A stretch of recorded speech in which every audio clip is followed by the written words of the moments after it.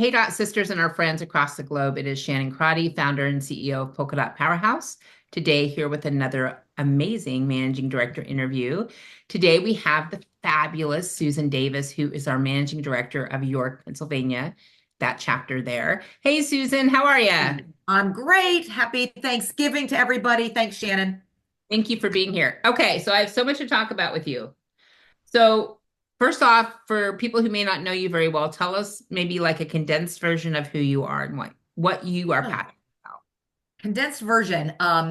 Passionate about people, connecting people. I always usually start by saying I was a banker, corporate banker by trade for 30 years. And in 2020, found myself after about 15 mergers downsized from the corporate world in banking and thought, oh my goodness, what am I going to do now? And that led me into some consulting work, leadership consulting, which through my meeting of different people to find the role that I have now, I found Polka Dots. And somebody said, you've got to try this group. And at the time, I thought of networking as a very specific, I need to network to sell a product, attend an event, things like that, and very quickly was turned on to the connection opportunities through Polka Dot versus networking.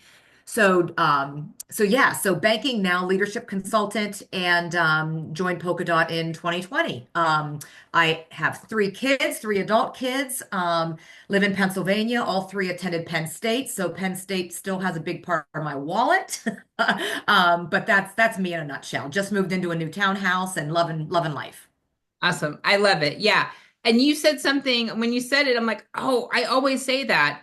In my opinion, networking is for a very specific purpose and a time period, a certain time period, and that might be a long time period. And connection is about serving you all through all the portions and phases of your life. So I Yep. love that you said that because Yep. I when people ask me the difference, that's usually what I say. So I love that you also believe that that is for a very specific purpose. Yeah, I think there's a place. I mean, obviously there's a place for both. And when I found myself without a role, for about 6 months after banking, there was times when I was just networking because I just needed that one person to get me another name or to get me a contact or an interview somewhere. But what I found was through that process, the connections and the people that you just hit it off with and you understand are the ones that you continue to respond with, touch base with, and many of them are our dot sisters. So it's just crazy how it all happens. And I'm sure we'll talk more about that. Yes, absolutely. And I think networking is really important, but I think that sometimes people have found the value of networking and it is valuable, but their brain can't grasp the value of connection. They're like, well, we're all connected or what have you. And there is value in where you invest in relationship and it serves you on so many levels. So yeah, we can talk more Love about it. that too. Yeah. So you came from corporate banking. Were you always in a leadership role? Have you always been a leader? Yeah, I would say, well, if you go back to second grade when the dear Mrs. Knar, rest her soul, was one of the only female teachers, and everybody called me bossy. And Mrs. Knar said, she's not bossy, she's a leader. So I laugh about that because I can remember that. I can remember back to second grade, we were in pretty much a one building elementary school, and there were no admin. And Mrs. Knar was the head teacher. She taught second grade, but she was the principal. And in the cloakroom outside her room was the telephone. So there was no office, there was no secretary. And I got to answer the phone. So when the phone would ring for Third Ward Elementary School, I'd get up out of my chair and I was awarded with getting to answer the phone. That's the first, I mean, so if you're talking about leadership, and I can remember the things Mrs. Knar would say. And again, we talk about bossy versus being a female leader all the time. So I would say yes. I after college, went into banking immediately in the early 90s and went straight to a management training program. And I think that's where I realized the difference between manager and leader. There were people that went to the management training program and they became commercial lenders or they became salespeople. But I went through the management training program and was very much into the trajectory of leading teams of people, leading trainees, and so forth. So I would say early on and through my entire career. Yeah. Do you, and there's no wrong answer here, and I ask most managing directors this question. I think it's interesting to hear different people's perspective. Do you believe that leadership is kind of in your genetic code, or do you think that anybody can be trained to be a great leader? I think I almost think it's in your genetic code and your genius, almost like a love language, because I think it's, or should I don't know, it's natural because I would have never thought that about myself. And do I think that someone can go into a corporate or run a business and learn those things? I think they probably can. I think just to have it though happen naturally means you're working in your genius zone and not being forced to learn it and forced to do it. And I think, and I'll say that in banking, many people would say, well, so and so is great at selling products and services to our customers. They should now lead the group of people selling products and services. And just because you're a great salesperson doesn't mean you're a great leader. I Right, mean, I could probably lead anything, whether I knew or understood the product or not, because I know the people. right. So maybe it goes down back down to your core happiness, right? Like you can be trained to do anything, but is it going to fulfill you? Is it going to bring you happiness? And like you said, in your zone of genius to Yep. where you wake up excited about it most, not Yeah. every day, but most days, I right? think many people can have skills, but if they aren't, like you just said, working in their zone of joy and fulfillment, then it tends to burn them out and they don't understand why. They're like, well, this is what I was trained to do. This is what I'm good at. But does it really make you happy? So Right. I think I think, better leaders are happy leaders, not being made to do it, doing it because it's from their heart. Right. Absolutely. So you became a dot in 2020, Yep. then you applied to take over a chapter in 2021. What was that decision like? What let you know that, hey, this might be a great thing for me? It was, I remember the time very well. And I didn't see it coming. And I guess sometimes those are the best little nudges that you get. Because I've been in many roles throughout my career where I knew what my next step might be and my name was in place for it and I knew what I was working for. And this one came really out of the blue. And when the prior managing director reached out, I believe this is funny. I believe we were both on airplanes. I believe she was sitting on a tarmac going somewhere, and I had just landed in Baltimore coming from somewhere. And we were talking, and she had a need based on some things with her children and wanting to be there for them. And I remember being flattered. I mean, first of all, I think for me it was a proactive thing. I had no idea I was being looked at. And I remember saying to her at that time, this is going to be either really great or it will be my biggest failure. And that was because I was going through a divorce. Hmm. And so the timing was perfect because not that I wouldn't have done it had I not been, but it was something I needed at the time. I might not have realized I needed it. So it was just perfect. Yeah. Something that you could focus on Hmm. during that difficult, challenging period. I love that. I don't know. I know that we talked about that in interview, but I don't know that I remember that you were right in the throes of it. Hmm. Hmm. Yeah. Yeah, but I do. I think there were many times that it just gave me that, you think, well, it takes, an hour or two to prep for a meeting the night before, or, you have your socials and the different things, building my Trello system to keep track of all the ladies. And really the challenge for me was growing the chapter as quickly as we did. So it allowed me to really dig in. Would I have been able to do all of that, if I wasn't an empty nester, if I wasn't, if I still had a spouse that, and not that that's a reason to not be together, but my predicament was different. And many women have done it very, very well with different circumstances. But at the time, I can just remember saying to her, this could be a great opportunity, but it could also go this way. And I remember being open with both, my regional and with you to say, hey, this is what I'm dealing with. Nobody knew that. I kept it very quiet at the time. And if you're willing to have me or willing to have me work through this, I don't want it to seem like it's a facade on either side. I want you to know what I'm dealing with. Yeah. I remember that you wowed our whole team. We were excited to bring you on. And luckily for you, and luckily for us and the Dot Sisters of that chapter and our community, it has gone very, very well. Like you're at the top elite status, you're in Rose Gold status, which means that you've held 100 members or more for 3 or more years. What do you contribute your chapter's success to? It's funny. I mean, I think there is an energy and people talk about it and it sounds so cliche. I do think it is a great leadership team. You know, I have women surrounding me on the leadership team that will do what what we dream up and what I'm not good at. And that's, I mean, I'm not great at marketing. I'm not great at social media, but I'm great at, that is one of my genius areas at galvanizing and kind of pulling the troops together to do the things. And they respond to me. We respond well to each other. So I think that's part of it. I'm very energetic, if you can't tell. And I remember somebody saying, the speed of the leader. The Right. speed of the leader brings the tribe, brings the folks. And again, it was like a miracle when all this was happening and we were, trying to fill our passing of the torch, our launch, and getting to certain numbers at the time. I was just amazed. Text after text, I'll be there, I'll be there. Here's my, I'll be there, I'll be there. I'm like, oh my gosh, we're up to 70, 80, 90.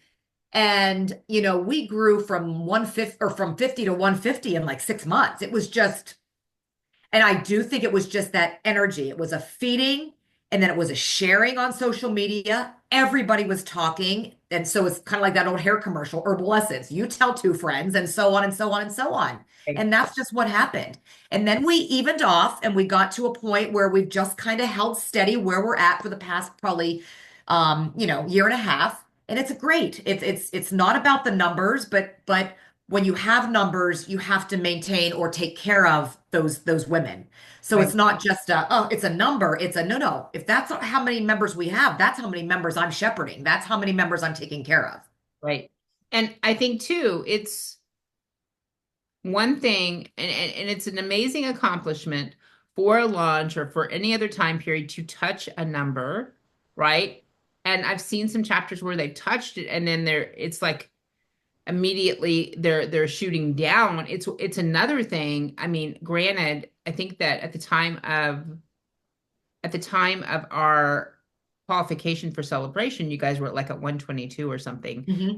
It's another thing. I mean, you may not have held that number you had at launch, Hmm. but holding that number is a totally different ball game.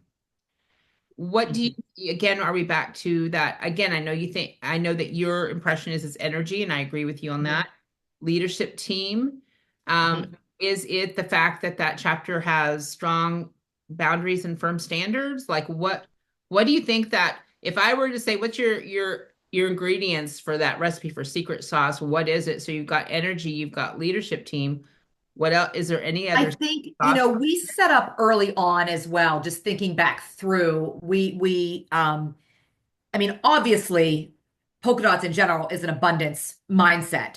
Right. But I will say that myself and the leadership team would pride ourselves on the diversity of ages. We had a 19-year-old in our chapter up to probably late 60s, early 70s. Right. And we always say the magic that we saw happening was when, after a morning coffee, a 30-year-old would sit there with the 70-year-old and they would play Scrabble in the coffee shop, things like that. And those are the things that were happening naturally. So I brought a very corporate flair when I became managing director because I worked in corporate for 30 years, yet many, many, many members of all the dot chapters are entrepreneurs. I now am an entrepreneur, but I wasn't. So I think you could honestly say we had the age, from under 20 up through 70 or so. We also were very diverse with a third corporate, probably a third entrepreneur, and then we had a third single, or not single, but maybe work from home moms or ladies that were retired that just needed space after COVID. So we were very, very diversified. And I think that has kept us going to keep our membership where it is because it's just not corporate women referring. It's just not the entrepreneurs referring. So for a season, if we don't keep a member upon renewal time, we always have one that's coming in and joining for their season. So I think that's the main thing is There's always new members coming, even if the season has expired. And we talk about that all the time. And it took me a while to get used to that, but that, there is a season sometimes and it comes and goes, where we're busy and, whatnot. So I would say that though, Shannon, is the diversity, age and industry wise for us. Right. And I've heard someone say somewhere along the line about companies with membership things that it's a third, a third, a third, a third are coming, a third are staying, and a third are leaving. And that cycle, is constantly going. And what's really amazing is since I've been here since day one, sometimes when I look at the manifest, I'll see someone who maybe was a dot sister for a year or something like that, and then they didn't renew. There's different reasons people don't renew.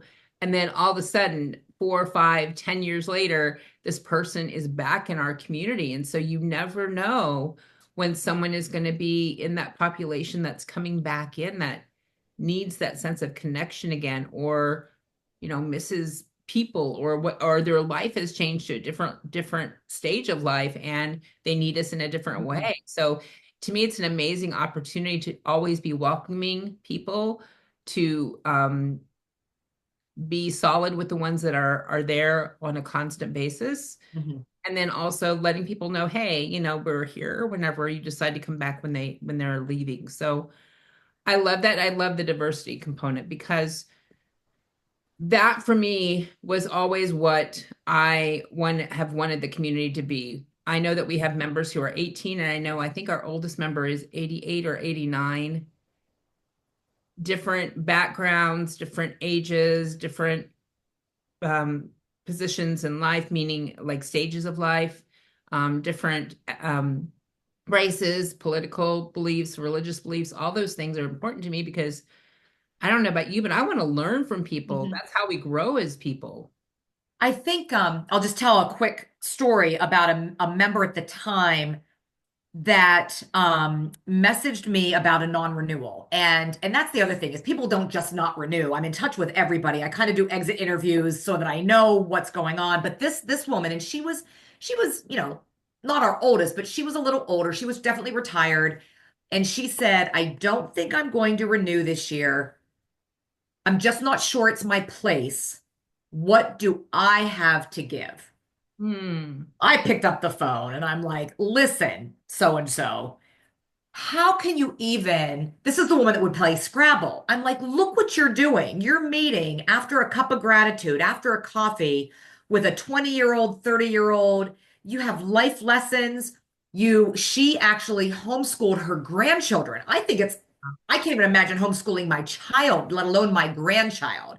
Right. So I just helped her see. I'm like, these are the things, and our younger members want to learn life skills, life application. They're not here to learn industry. Again, back to the connection. They're not here to sell a product. They want to learn. They want to be supported. They want to be seen. And what better than somebody who has lived their life and is still living it than to be part of our group? She renewed within 5 minutes. But again, I firmly believe that sometimes, again, just like I didn't see that I was a leader back in 1976 and grew into one now leading the dots, from second grade, that Right. that sometimes you just need nudge to see it. And I helped her see it. And now, obviously. So I think the diversity, the realm of ages in our chapter is tremendous. Yeah. I love that. I love that. And yeah, when you first said she didn't know, like, what do I have to offer? My heart just like, oh, what? Yep. To me, women who know what they have to offer definitely have a place in our family. But the women who don't, like, let's help shine that light. Let's reflect Mhm. back to them how amazing they are. Why do you think polka dot's so important? Why do you think sisterhood and connection is so important? I think just the things that I have seen and witnessed, and it's funny, we always say, we've got these 10 values that we inside Polka Dots lift up and talk about all the time. And it doesn't take you but maybe a month or two to realize that you might have come for one reason. And depending on when you ask them why they're a polka dot, that reason is always changing among the 10 reasons. You Right. might have come for, you might have come really thinking you're going to network and sell your product or service. but then you realize that you needed sisterhood, or you realize you needed community, or you realize you needed connection. And I think that's why it's so important because it fits a need and sometimes an unknown need for any woman out there. Mm. And it's those stories that I love to watch unfold is the women that really don't even understand until they maybe become a speaker at a meeting or they come to a cup of gratitude and share in tears something that they're grateful for, but that it was a flip from something that was so negative a month prior. Mm. It's the stories, it's the camaraderie, the magic again, as we say, but that's why it's so important because you just never know what you're going to get out of it. And it's usually what you have no idea you need. Right. Absolutely. I love that. Susan, thank you so much for this time. I cannot tell you how proud and grateful I am that you are not only on our managing director team and such a valuable and impactful leader, but that you are my dot sister. I'm proud to call you my dot sister. Mm. I Thank appreciate you. you. Thank you. We will be back with another managing director interview soon. Until then, find joy and seek sisterhood. Thank you. Bye bye.